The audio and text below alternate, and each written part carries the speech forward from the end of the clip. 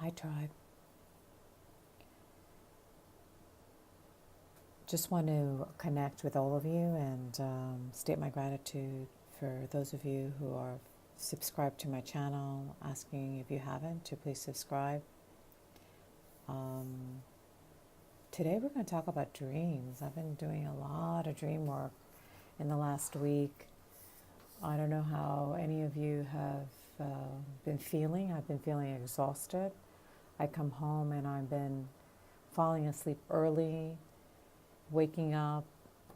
So what is early? I've been falling asleep around 8:30 at night, sleeping for 2 hours. I would wake up around 10:30ish, 11, and then I would walk my dogs and go right back to sleep. So completely exhausted. But one of the things that I'm realizing, I'm doing a lot of really deep sleep, and I'm doing a lot of work in my dreams. So I want to talk about that because there's some great opportunities that are coming up in what you can do. So the general theme of what's happening in my dreams is I'm playing out different scenarios. For instance, what would have happened had I made a decision differently in one of the crossroads that I experienced. So for instance, while I was married to my second husband, what if I had made a different decision along the way while I was in a relationship with him? And the dreams were exactly that. I was dreaming or connecting to those parallel lives that we have and that we play out, that still have energy, is still running its course. And so I'm in the dream and I'm very deep, and suddenly I wake up and I have this clear understanding that I've connected to a parallel life. And it's beautiful because in that moment I actually acknowledged it, went back in and collapsed it. And if you're asking, well, how do you collapse it? You could do anything. You could just say, I'm collapsing this timeline. This timeline is no longer serving me. I don't want to continue to play out that energetically. I see it more like if you had a stage or a dollhouse. Let's say you had a dollhouse and you had all the characters on and all the different things that you like, a play set, or whatever it is, right? You're playing house. And then you take your hand, and let's say it's on a table, and you take your hand and you wipe it clean. That's how I do it. I just go, boom, I just wipe it clean and say, no more. I'm done with this.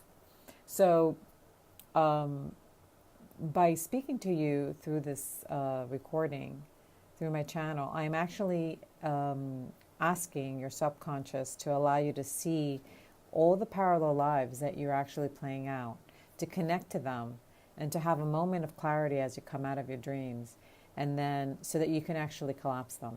So I'm actually placing that seed for you right this minute.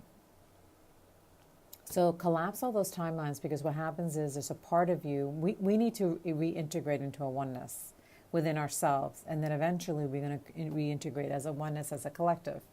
So it's really important that you do this kind of work, because all of those parallel lives are taking energy from you. It's kind of like a part of you that's not, it's like think of it as a soul retrieval. There's a part of you that's still playing out a possibility. And many times that's because maybe you were at a crossroads in a moment in your life, and you had to make a decision: do I stay or do I go? And when you made a decision to go, a part of you is playing out what would have happened if you stayed. And maybe that's linked to regret, maybe that's linked to what if, and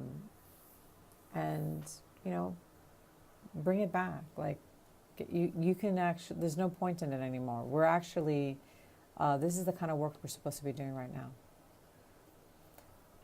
The other scenario, which is really interesting, is I'm at my crossroads right now. I'm in a huge crossroads. Like, where am I going? When am I going? What am I doing? What is the next major 10 to 20 years of my life going to look like? Who am I choosing to be in that, sharing that life with? And I'm not talking about intimate partner at all at this in this. I'm talking about friendships that I have that are around me that I know I'm going to collaborate with. There's no coincidence that I've come in contact and become very close to certain people at this point in my life. And there's going to be collaboration at a very, very incredible level, a lot of abundance and manifestations, but a lot of it is still unknown. So I'm standing at this crossroads, not knowing which way to go. And also understanding that I'm not supposed to make the decision yet. Like the clarity will come when it comes. So I have to sit kind of very still in that, be in that stillness of the Two of Swords. I've been talking a lot about the Two of Swords. It's waiting for divine time, knowing that you're in a crossroads. But the interesting thing is now going back to the subject of intimate partners. Last night I actually dreamt of every single type of relationship and the kind of frictions I've had with relationships. And this was about, being in a relationship that's instinctive, possessive, issues of jealousy, issues of freedom, issues of everything that you can think of. And the understanding that a lot of these things are not always spoken. You could be in a relationship with someone who is energetically pulling you and energetically lassoing you and trapping you because they're afraid, they have fears, there's jealousy, there's abandonment issues. But it's not spoken. But it's still, I think it's even more powerful when it's not spoken, because you still feel trapped, and when you're in a relationship where you're not flowing with the energy that's around you, with your guidance, with what are the things that you're supposed to be doing. If you can't flow, then it's not the right relationship for you. It can't be that way. Not anymore. I mean, that's all part of the old programs. What's needed now is that when two souls decide to share their life, each one is here for a very special reason. There's something that they're here to do. And both have to be able to hold the space for the other to do what they need to do. And if that means that one of them has to go somewhere on a retreat or on a mission to some, to just be able to be supportive and be okay and hold the space for that person. There's nothing more beautiful than having a partner that can do that for you. And, just not being triggered by silly things and not being so insecure. So all of those things came up in my dream last night. Meaning I was playing them out. It's interesting who I was playing it out with. I was playing it out with someone I haven't met, which is really, really strange. I'm playing out all these scenarios with someone I haven't met, which is a possible future relationship. I don't know. And so basically, when I came out of that dream, I did the same thing. I recognized it. I came out of the dream. I said, I've connected to all the old programs that are not healthy. Codependency, all of that. They're not healthy. And I completely collapsed them. And so what I want to suggest to my audience is that even if you're in a relationship right now, that these are part of the... that you have to work with a lot of this kind of issues of jealousy and possessiveness and lack of understanding and wanting to control, all of that. You could start to collapse them. I'm going to welcome you to dream about them, to bring it into the astral plane, and I'm going to also ask you, if you want to just simply do whatever you do, either say, I collapse these programs. They're no longer part of who I am. They're no longer part of the relationship I have, because you could be in a relationship. Or if you're not in a relationship, just saying that you don't want to attract this kind of relationship anymore, that you're collapsing them. And I've also been doing a lot of healing in Theta, healing myself, connecting to those who I know need energy, that are suffering. And again, I'm just going to go over that really quick. When you, right in the moment that you wake up, or right before you go into sleep, but you're still aware that you're in between state, we call that theta. When you're in that state, you can connect to anybody or yourself, and you can start sending energy. It's very powerful when you're in that state, because you're connected to your higher self. You're connected to your higher self, which is extremely powerful. And while I'm in that state, I, for instance, sometimes think of my dad. And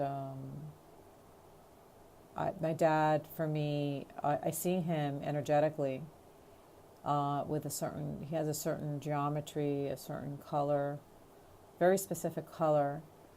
And I always, I already have permission to do this, so I don't really ask permission anymore. But if you're doing this to someone who hasn't asked you to do it, then you need to ask permission. But I actually go in and I work with the energy by sending it a certain kind of light, connecting to the different parts of the body that are looking for healing. I do the same with my mom. And I do it with specific people in my life that I know need that kind of help, that have asked me to send them the energy, or that I feel that I'm so super connected to, and work with them that way.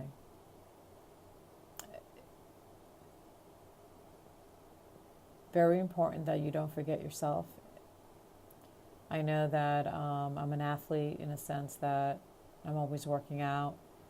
I do a lot of kickboxing. It has a lot of wear and tear, push-ups, and all kinds of, punching a bag, my elbows sometimes, my shoulders.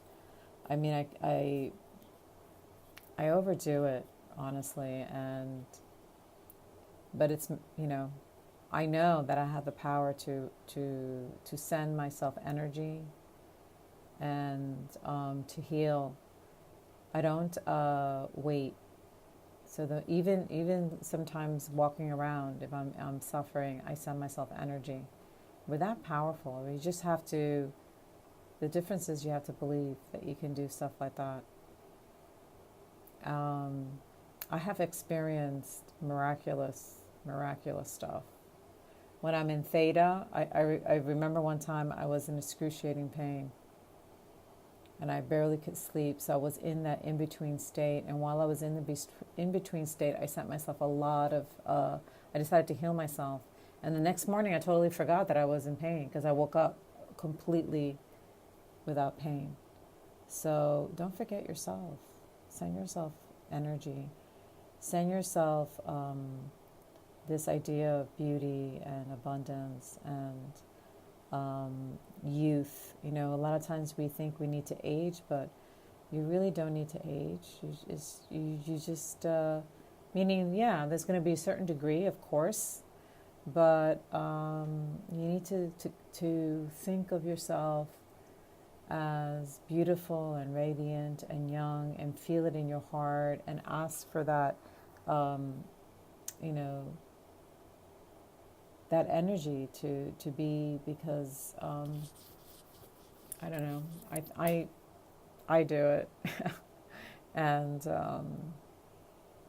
to me, it's better than surgery, and better than doing all kinds of stuff that a lot of women do. And I'm not knocking it, because I'm 56, and there might be a point where I might want to go for some kind of procedure if I can't stand what I look like, but so I'm not saying I'm not knocking it for the women who do it, or the men. But I'm just saying also, you have a magic wand, use it. Okay, tribe. So this recording is about paying attention to your dreams. If you can catch the gist of what you've been dreaming about, and if there's anything of it that you no longer want in your life, then just take a moment while you're in that in between state, as you're coming out and you realize you had a dream of something that brings friction into your life. Collapse it by just saying, I collapse this. This is no longer serves me. I don't want to play out these scenarios anymore. I'm done. And then using also those in between states to heal yourself and your loved ones. Sending love, love, love to everyone. Don't forget, if you haven't subscribed, to please subscribe. Love you all.